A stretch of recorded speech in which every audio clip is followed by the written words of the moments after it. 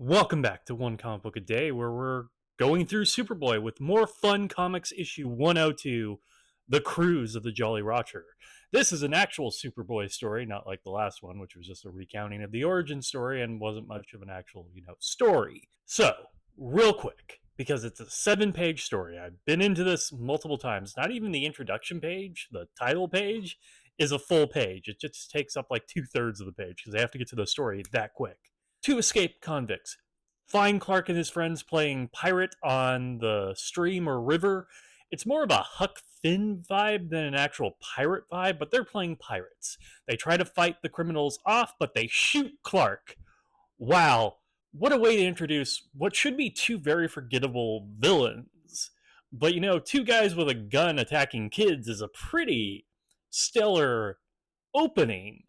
Like, you already feel the threat, and we've now seen how awful these guys are. We've shown. We have not just told us how bad they are. We have shown. Clark falls into the water. They take over the raft and are using the kids to get around the cops, telling the cops that they haven't seen anything. Clark becomes Superboy. Somehow he has the costume underneath his clothes, even though he was barefoot, and somehow he has red boots when he changes over. I don't know how he's doing it. He's magic. That's really the super part of Superboy, man. He just manifests boots. And then Clark screws with them until he just throws them at the cops. He actually has fun with them for a bit. Not a lot of fun, but this comic story is simple. It's clean. It has tension. It builds to a climax. It actually shows us how bad the villains are. What is this? Actual storytelling? I am really impressed by this Superboy story, just right off the top of the bat. It is not amazing storytelling, but it is competent storytelling in a way that a lot of the Superman stories I read aren't. It's really shocking. Just in 7 pages, they kept to an idea and played with it. So like half the comic is building the threat. Hey, remember what I used to complain about with mob stories, that like you didn't really put in the work with the mobsters and we just have Superman throwing them around from the get-go? Hey, we built up the mobsters to be a threat that you kind of enjoy when they get thrown around by Superboy. It's kind of amazing, and it works.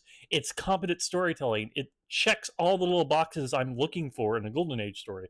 If this was a modern story, not that great. But for the time, this is almost hitting everything I want. The only thing probably keeping it from being amazing is it's not like a ridiculous story that says anything. Like, they could have gone bigger with the villains, but what they do with the villains works well enough. And honestly, these two guys whose names I don't even remember if they brought up are going to be way more memorable to me years from now than the prankster is. Except for the fact that the prankster copyrighted the ABCs. Now, that's ridiculous. That's what I'm looking for when it comes to superpowered folks defeating people. But damn, is it just a good version of a Golden Age story. It's focused.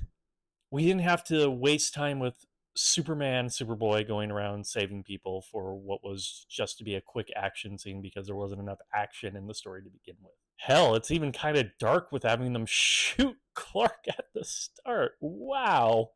You don't expect that from a comic.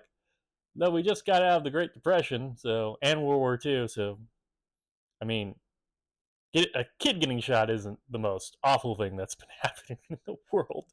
But more of this. Just give me a threat I want to see Superboy take it down.